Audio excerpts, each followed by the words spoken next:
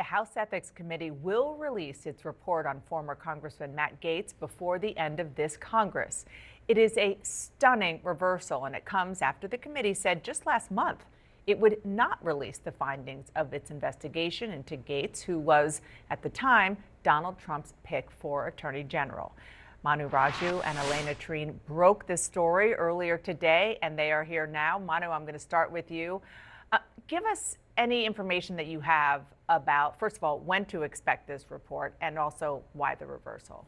Yeah, we do expect this to be a report to release any day now. In fact, the agreement essentially was to release this report after the final votes of this congressional session, and that could occur today. The last votes of the year could be today, maybe tomorrow, maybe the day after. The last day of the congressional session is actually January 3rd, 11:59 a.m. before the 118th Congress concludes. So really any time between now and the final votes and then. And this all came secretly behind closed doors earlier this month. Remember that vote that occurred last month? That was when Matt Gaetz was then Donald Trump's pick to be Attorney General. The committee voted along party lines to not move ahead with this report. It deadlocked 5-5. And then the committee planned to reconvene later in December to talk about this. One of the reasons why some members at the time voted to block its release is the report was not 100% done yet. There were some final changes that were being made, and they reconsidered this report that was finalized in their private meeting. Now, based on our reporting, it suggests that some Republicans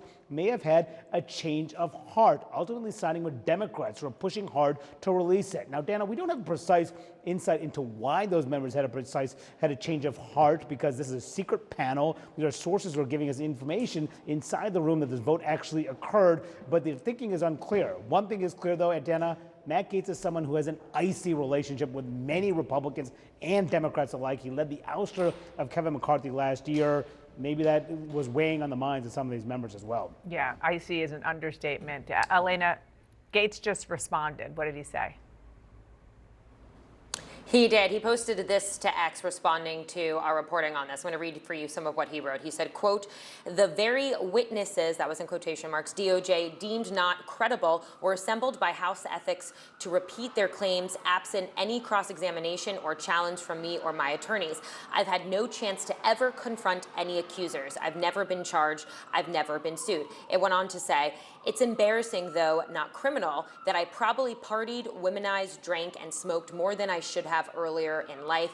I live a different life now." One other thing he said in that statement that I found very interesting as well, Dana, is that he said that he had never had sexual contact with someone under 18. We know from our reporting, and this is even previous reporting that CNN has done, that this allegation in particular is included in the House Ethics Committee report. So interesting in itself that he was addressing that head on. But all to say, I think, look, one of the key things that we learned through our reporting, and one thing that's been clear over the last several weeks now, is that Matt Gaetz abruptly resigned when Donald Trump had announced that he was his pick to be Attorney General. That led a lot of members to speculate and really kind of question whether that was because he wanted this report to be buried. It is unusual for this committee to release a House Ethics report for a member that is no longer a member of Congress. Now, we know Matt Gaetz has said that he has no plans to come back to Congress next year. However, he is still very much a player in Republican politics. I know that he talks to Donald Trump and his team repeatedly. It's very much unclear what his political future looks like.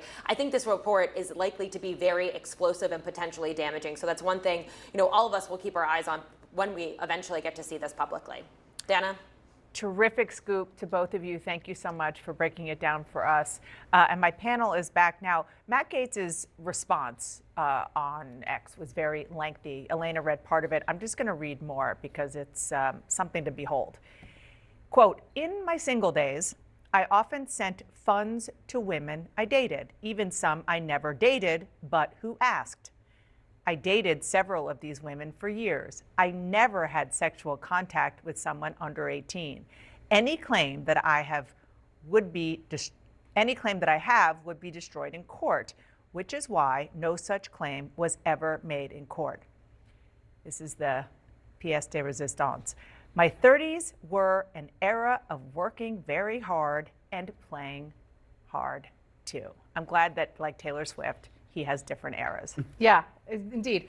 It's just pretty extraordinary, given what you read, that this was for even just a few days the nominee to be Attorney General, and obviously someone who raised a lot of concern among Republicans, his own Republicans. Elena mentioned that he might have other political ambitions, and this is why this is so relevant right now, is because, you know, it's not just that he would return to Congress, but other future ambitions for office, whether it's in his home state of Florida or elsewhere, could be shelved because of the findings of this report, if they are as damning as they suggest. And so this is something that definitely Republicans are looking at, but also really says something about the vetting process that has gone into just selecting a lot of these nominees. You know, we know that other nominees also have a lot of baggage going into this, maybe not as much as Matt Gaetz had, and the concerns that he raised, but still a lot of concern. And so it really reflects on all of them. Real quick, I just want to underscore, the Ethics Committee is evenly split. Yes, which means that Republicans had to have a change of heart here, that Republicans had to have a say here. And I do think relationships in Congress matter. And I think this vote is a very good reminder that if you go out and purport yourself a certain way and your colleagues have a certain view of you, it can come back to haunt you later. I also just think that there was probably a moment where lawmakers were thinking about the fact he might have other aspirations, and they had or felt compelled to It's put also that information out what's there. in this report must be pretty extreme, because what he has copped to is that he sent money to multiple women that he dated, Or that he, and women he didn't date. and then he and didn't then- date, yeah. which I don't think a lot of people would Yeah. say that they have done. That he drank too hard and smoked and partied too hard. Again, not just while he was in college, while he was a member of Congress. Correct. Right. Yeah. While he was a congressman from Florida in a position of power in a significant way. Let's talk about this now with Megan Hayes, Democratic strategist and former Biden White House director of message planning, and Republican strategist and CNN political commentator Shermichael Singleton. Yay, transparency, guys. What do you think? I mean, look, I'm not surprised. I think Republicans did the right thing by showcasing respect to the president-elect by waiting when Mr. Gaetz was still the potential nominee to run the Department of Justice. However, this goes back to something that I said on the show with you guys. I think, Megan, you were here at the time, that maintaining good relationships with your colleagues really, really matters. And I think what we're watching play out in real time is that Mr. Gaetz just wasn't very effective in doing so. People still remember the debacle with Kevin McCarthy. And I think that had a lot to do with why they ultimately, at least from Republicans' perspective, ultimately decided to move forward with releasing this. Yeah, I think that this also shows that Republicans have a line here with with President-elect, and they have reached the line, and Matt Gaetz was crossing it, and I think that is partly why this will be released. It also is, I mean, somebody wants him out of politics and does not want him running for governor in Florida, and I think that's also why this I is wonder gonna be who up. that could be. What do you make of Megan's assessment that there's a line here among Republican lawmakers? Because for this report to come out, some House Republicans had to change their mind from where they were a few weeks ago when they voted to hold this report back. What does that tell you? I mean, it tells me that Republicans want to maintain their independence and their autonomy as a separate body from the executive branch. And I would argue that the president-elect, not as it pertains to this case specifically, but at least on the Senate side, has for the most part appeared to be willing to respect that separation as it pertains to many of his nominees. He's allowing them to have that advise and consent authority there. So I think this is a good thing for some Americans who may have wondered, well, will Congress maintain their actual job? They appear to be doing so, and I think we can expect that for the next 4 years.